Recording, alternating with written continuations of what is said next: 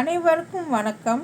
இன்றைக்கி செய்ய போகிறது எக்லர்ஸ் பிஸ்கட். அது எப்படி செய்யலாம் வாங்க வீடியோக்குள்ளே போகலாம். வணக்கம் வீவர்ஸ். இன்றைக்கி நான் என்ன செய்ய போகிறேன்னு சொன்னாக்கா எக்லர்ஸ் பிஸ்கட் செய்ய போகிறேன். அதுக்கு தேவையான பொருட்களை இப்போ நம்ம பார்க்கலாம்.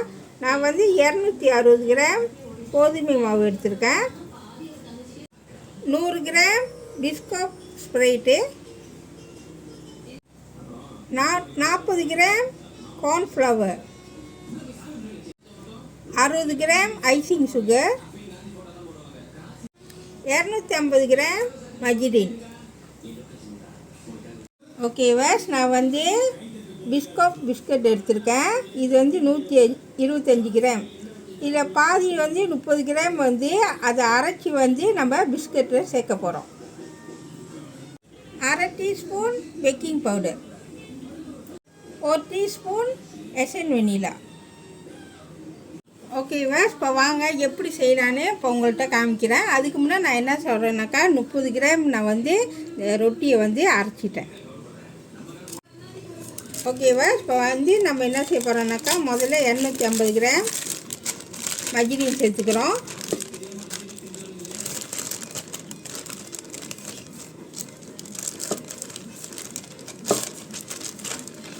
ஓகேவா, சேர்த்தாச்சு. இப்போ இதை என்ன செய்ய போகிறோம்னாக்கா நம்ம நல்லா மிக்ஸ் பண்ணுங்க.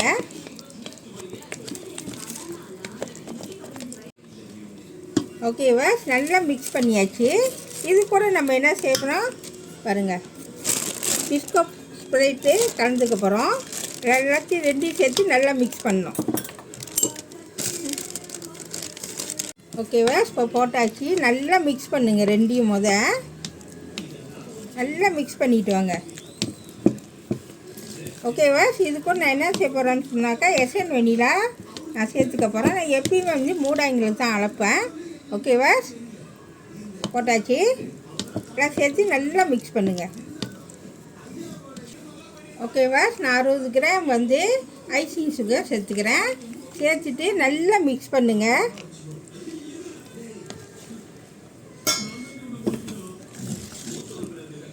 ஓகேவா, இப்போ பாருங்கள் நல்லா மிக்ஸ் பண்ணியாச்சு. இப்போ நம்ம என்ன செய்ய போகிறோம்னா உடைச்ச இந்த பிஸ்கட் ரொட்டியை இதில் நான் சேர்த்துக்க போகிறேன். 30 கிராமு சேர்த்து நல்லா மிக்ஸ் பண்ணுங்க.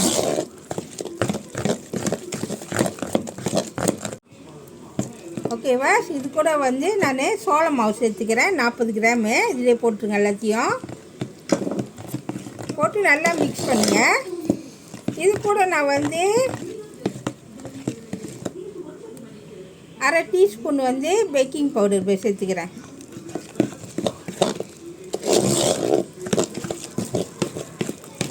ஓகேவா, எல்லாத்தையும் இப்போ மிக்ஸ் பண்ணியாச்சு. இப்போ இது கூட நான் என்ன செய்ய போகிறேன்னு சொன்னாக்கா கோதுமை மாவு எல்லாத்தையும் போட்டுறாதீங்க, கொஞ்சம் கொஞ்சமாக போட்டு நல்லா மிக்ஸ் பண்ணுங்கள். நீங்கள் எல்லாத்தையும் போட்டுட்டிங்கன்னா அளவு தெரியாமல் பிஸ்கட் மாவு கட்டியாக போயிடும். அதனால் கொஞ்சம் கொஞ்சமாக போட்டு நல்லா மிக்ஸ் பண்ணுங்கள்.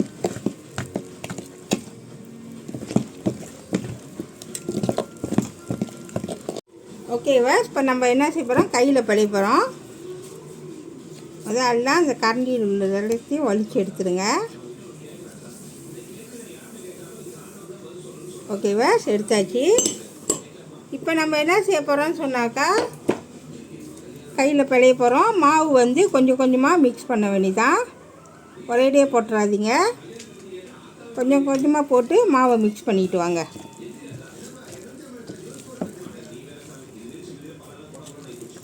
நீங்கள் மிக்ஸ் பண்ணுறப்ப அந்த ரொட்டி உங்கள் கையில் தட்டுப்படும். அது பிரச்சனை கிடையாது. அப்படி உங்களுக்கு கொஞ்சம் பெருசாக தெரிஞ்சிச்சுன்னா உள்ளுக்குள்ளே அந்த ரொட்டி கொஞ்சம் நல்லா நசுக்கி விடுங்க. ஓகேவா, கொஞ்சம் கொஞ்சமாக போட்டு நல்லா மிக்ஸ் பண்ணிட்டு வாங்க. ஓகேவா, இப்போ பாருங்கள் நல்லா மிக்ஸ் பண்ணிட்டேன். இந்த மாதிரி தான் இருக்கணும். ரொம்பவும் மாவு கூட போட்டுறாதீங்க, கொஞ்சம் கணக்காக போட்டு மிக்ஸ் பண்ணுங்கள். அப்போ தான் நம்ம இந்த பிஸ்கட் செய்யப்படி சாஃப்டாக இருக்கும். ஓகேவா, இப்போ பாருங்கள் மாவு இப்படி தான் இருக்கணும். இப்படி தான் இருக்கணும். ஓகேவா, இப்போ ரெடி ஆகிடுச்சு. 5 நிமிஷம் மூடி வைக்கலாம். ஓகேவா, இப்போ நான் வந்து பிஸ்கட்டு செய்ய ஸ்டார்ட் பண்ண போகிறேன். இப்போ நான் 2 பிளாஸ்டிக் பை எடுத்திருக்கேன். இது கூட நான் வந்து ஊற்றுக்கட்டை எடுத்திருக்கேன் ஊற்றுறதுக்கு. அதுக்கப்புறம் இந்த அச்சு தான் நான் பாய்க்க போகிறேன். ஓகேவா, இப்போ வாங்க ஸ்டார்ட் பண்ணலாம். எப்படி செய்யறேன்னு காமிக்கிறேன் உங்களுக்கு. ஓகேவா, அந்த பையில் வந்து கொஞ்சமாக மாவு வந்து தூவுங்க கொஞ்சோண்டு. அப்போ தான் அது வந்து ஒட்டாது, அந்த மாவு வந்து இந்த பையில் ஒட்டாது.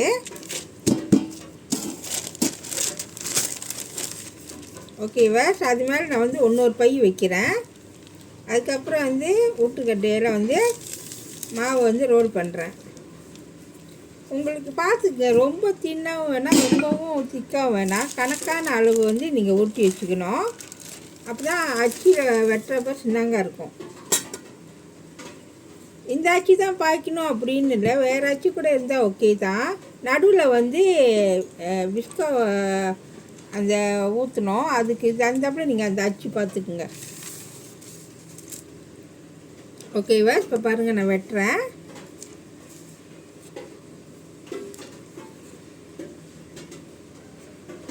கணக்காக எடுக்கணும்.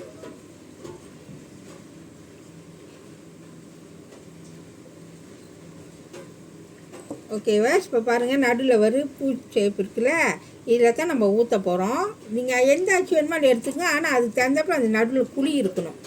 அப்போ தான் கணக்காக வந்து அந்த அந்த சாக்லேட் வந்து ஊற்ற முடியும். ஓகேவா, சொன்ன டிப் நான் செஞ்சு காமிக்கிறேன். பாருங்கள் இந்த மாதிரி தான் இருக்கும். ஓகேவா, இப்போ பாருங்கள் நான் செஞ்சு முடிச்சிட்டேன். மொத்தம் எனக்கு 4 தட்டு வந்துச்சு. இப்போ நான் என்ன செய்ய போகிறேன்னு சொன்னாக்கா, அது மேலே பிஸ்கோவை வந்து ஸ்ப்ரைட் ஊற்ற போகிறேன்.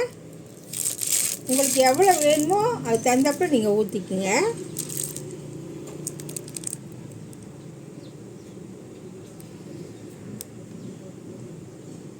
இதுமாரி கொஞ்சம் கொஞ்சமாக அப்படியே ஊற்றிட்டு வாங்க, கணக்காக இருக்கும்.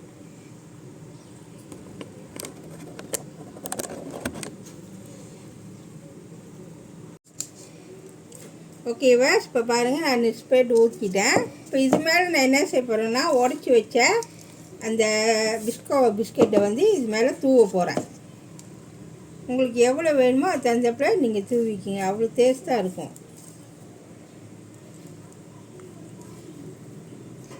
ஓகேவா, இப்போ பாருங்கள் பிஸ்கெட் வந்து போட்டாச்சு, மேலே தூவியாச்சு. இப்போ நம்ம என்ன செய்ய போகிறோம்னா, பேக் பண்ண போகிறோம்.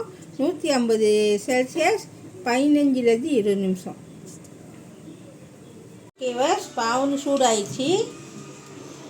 இப்போ நம்ம என்ன செய்ய போகிறோம்னா வைக்க போகிறோம். ஓகேவா, 150 செல்சியஸ் 15 நிமிஷம். ஓகேவா, வெந்துருச்சு. இப்போ நம்ம எடுக்கலாம்.